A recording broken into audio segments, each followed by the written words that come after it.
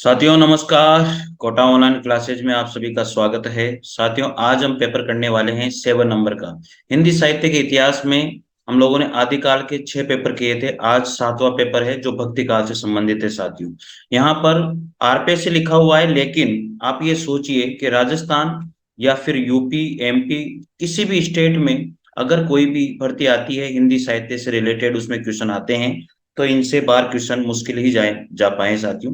इसलिए इन क्वेश्चंस की प्रैक्टिस आप जरूर करें। साथियों अगर चैनल पर पहली बार आए हो तो जरूर विजिट करें और निश्चित रूप से सब्सक्राइब कीजिए, लाइक कीजिए। साथियों चलिए, पहला प्रश्न है, भक्ति शब्द किस धातु से बना हुआ है। साथियों जो भक्ति शब्द है वो किस धातु से बना हुआ है? भज धातु से बना हुआ है, यह आप लोगों को याद रखना है। अगला प्रश्न है, भक्ति का सर्वप्रथम उल्लेख मिलता है।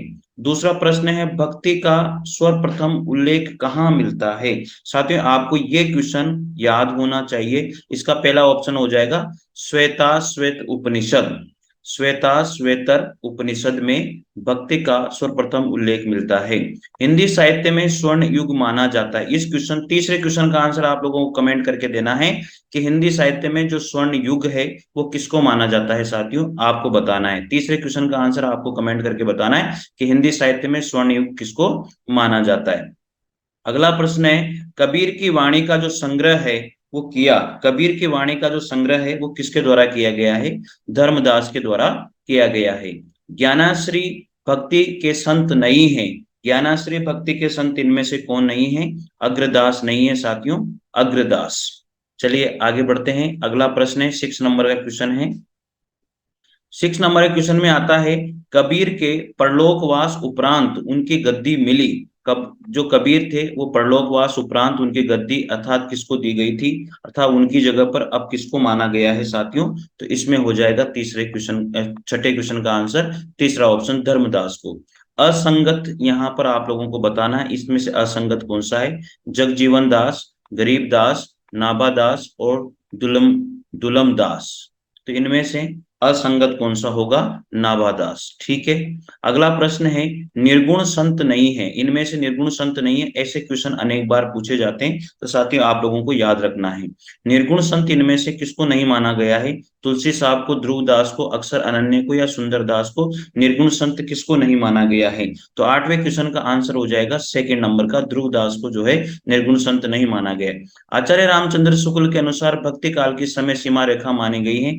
9वें क्वेश्चन का आंसर भी आप लोगों को कमेंट करके बताना है कि इसका आंसर कौन सा सही होगा। साथियों 2 क्वेश्चन के आंसर आप लोगों को बताने हैं। एक क्वेश्चन तो यह रहा, हिंदी साहित्य में स्वर्ण युग किसको माना गया है, और एक क्वेश्चन मैंने आपसे पूछा है, 9वां क्वेश्चन, आचार्य रामचंद्र शुक्ल ने भक्ति काल की समय रेखा क्या मानी है। दोनों क्वेश्चन के आंसर आप कमेंट करके बताइए साथियों। अगला प्रश्न है, रामानंद का भक्ति ग्रंथ इनमें से कौन सा नहीं है।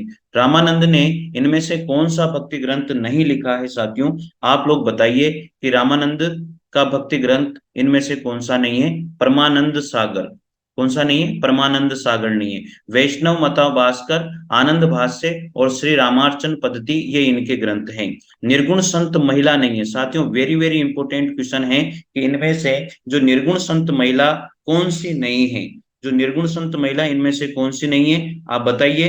11 नंबर का जो क्वेश्चन है, 11 नंबर के क्वेश्चन का आंसर हो जाएगा सेकंड, मीराबाई। ये निर्गुण संत महिला नहीं है साथियों। इनमें से बेमेल कौन सा है बताओ? हरडेवाणी जगजीवन दास की है, बीजक धर्मदास की है, अंगबंधु रज्जब की है और महला गुरु गोविंद सिंह की है। इनमें से बेमेल कौन सा है अथवा मेल इनमें से कौन सा नहीं है? तो इनमें से जो महिला है वो गोविंद दास का नहीं है साथियों।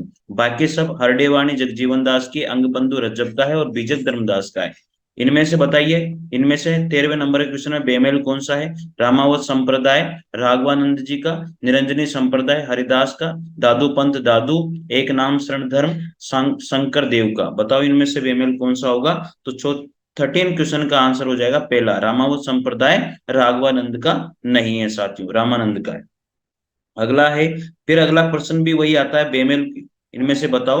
कुतुबन के गुरु का नाम क्या था? शेख बुरहान। जायसी के गुरु का नाम था शेख मोहिदी और उस्मान के गुरु का नाम था हाजी बाबा और कासिम शाह के गुरु थे निजामुद्दीन चिश्ती। बताइए इनमें से बेमेल कौन सा है? तो 14 क्वेश्चन का आंसर हो जाएगा कासिम शाह के गुरु निजामुद्दीन चिश्ती नहीं थे। कुतुबन कुतुबन के गुरु का नाम शेख बुरहान था। जायसी के गुरु गुरु का नाम शेख मोहिदी था। और उस्मान के गुरु का नाम हाजी बाबा था। लेकिन कासिम शाह के गुरु का नाम निजामुद्दीन चिश्ती नहीं था। अगले प्रश्न में भी बेमेल बताना है। अगला प्रश्न है रोजतुल हकायक के रोजतुल हकायक नूर मोहम्मद अनुराग बांसुरी कासिम शाह किसने लिखी है? मतलब यूसुफ जुलेखा शेख निसार प्रेम दर्पण शेख नजीर। बताओ किसमें यहाँ पर बेमेल कौन सा है? तो 15 क्वेश्चन का आंसर हो जाएगा अनुराग बांसुरी। जो अनुराग बांसुरी है वो नूर मोहम्मद की है, न कि कासिम शाह की है। इसमें से बेमेल चरण कौन सा होगा? 60 नंबर का प्रश्न है। चित्रावली की नायिका चित्रावली थी। ज्ञानदीप की नायिका देवजानी। हंस जहावीर की नायिका हंस। और पद्यवत की नायिका पद्मिनी थी। बताओ हंस जहावीर की नायिका हंस नहीं थी साथियों। ये आप लोगों को ध्यान रखना है। अगला प्रश्न है सूफी प्रेमाख्यान काव्य परंपरा के आदि प्रवर्तक माने जाते हैं।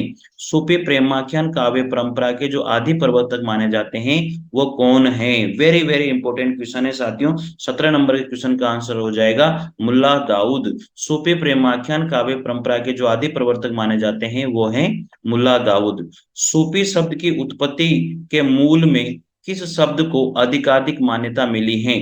सूफी शब्द की उत्पत्ति के मूल में किस शब्द को अधिकाधिक मान्यता मिली है साथियों? कौन सा शब्द है इसमें से? सपा सूप सुप्पा सुपिया किसको मिली है सबसे ज्यादा? तो 18 नंबर का क्वेश्चन भी वेरी इंपॉर्टेंट हो जाता है। इसमें से सबसे ज्यादा जो है सूप शब्द को मिली है। सूफी सिद्धांत संबंधी बातें चौपाइयों के रूप में जायसी के किस ग्रंथ में कही गई हैं?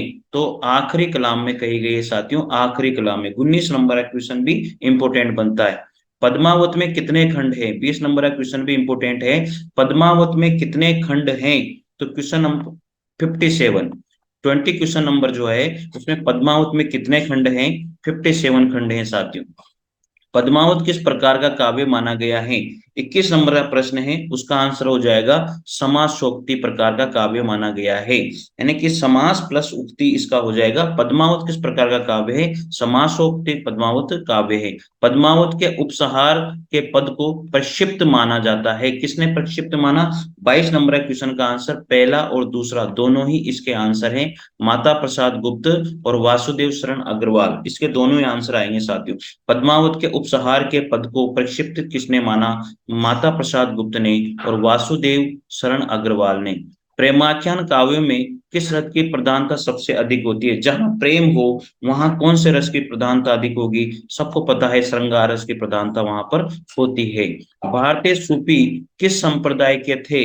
जो भारतीय सूफी थे वो किस संप्रदाय के साथियों? बेसरा संप्रदाय के थे। किस संप्रदाय के थे? बेसरा संप्रदाय के। बहुत इंपॉर्टेंट प्रश्न है 24 नंबर का। जो भारतीय सूफी थे वो किस संप्रदाय के थे? बेसरा संप्रदाय के थे। बुद्ध के बाद सबसे बड़ा लोक नायक माना। वेरी वेरी इंपॉर्टेंट क्वेश्चन है साथियों, वेरी वेरी इंपॉर्टेंट क्वेश्चन है। जो बुद्ध के बाद सबसे बड़ा लोक नायक माना जाता है वो किसको किसको माना जाता है? 25 नंबर क्वेश्चन का आंसर हो जाएगा तुलसीदास को। अनेक बार ये क्वेश्चन पूछा गया है कि बुद्ध के बाद सबसे बड़ा लोक नायक किसने माना? तो तुलसीदास को माना है। राम भक्ति शाखा के भक्त संत नहीं है।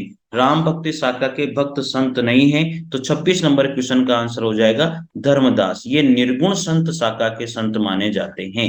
यहाँ पर धर्मदास आंसर राइट हो जाएगा क्योंकि राम भक्ति शाखा के संत नहीं है। तुलसीदास की रचना इनमें से कौन सी नहीं है? देखो बरवे रामायण भी है, गीतावली भी है, रामायण भी है और दोहावली भी है।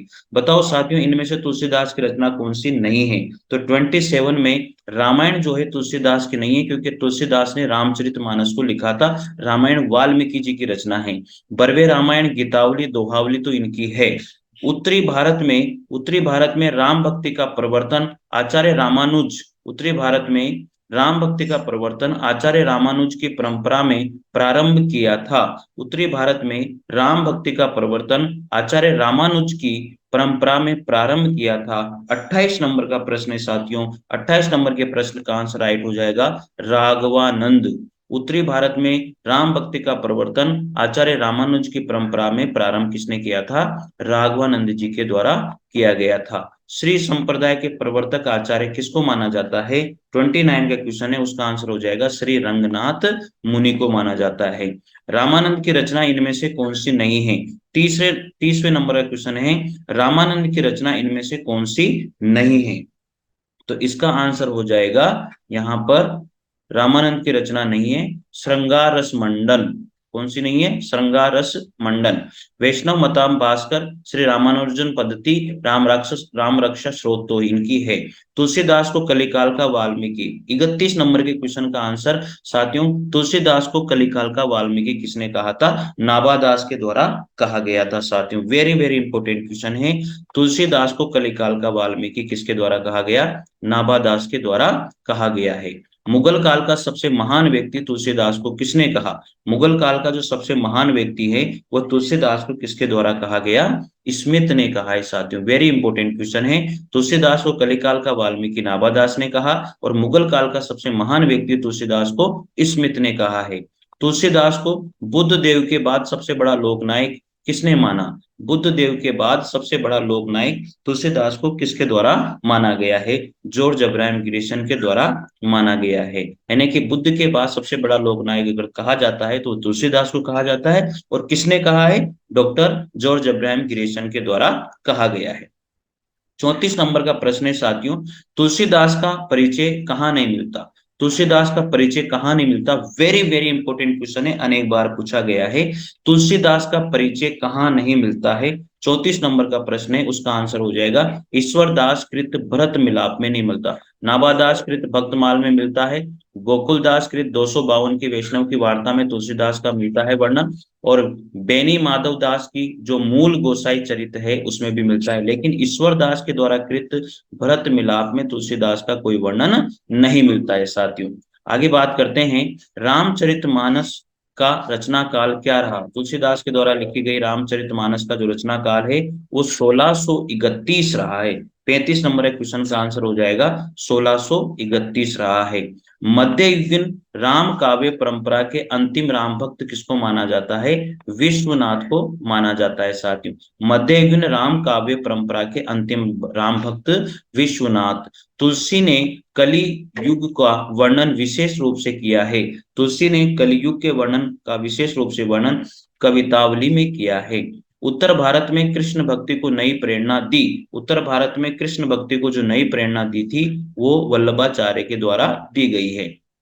अगला प्रश्न आता है, कृष्ण भक्त इनमें से कौन नहीं है? कृष्ण भक्त इनमें से कौन नहीं है? अलबेली अली, चाचा वृंदावन दास और नागरी दास अग्रदास। तो इनमें से तीन तो है, लेकिन ये नागरी दास कृष्ण भक्त नहीं है। अकबर के दरबार में कवि कौन इनमें से कौन सा नहीं था?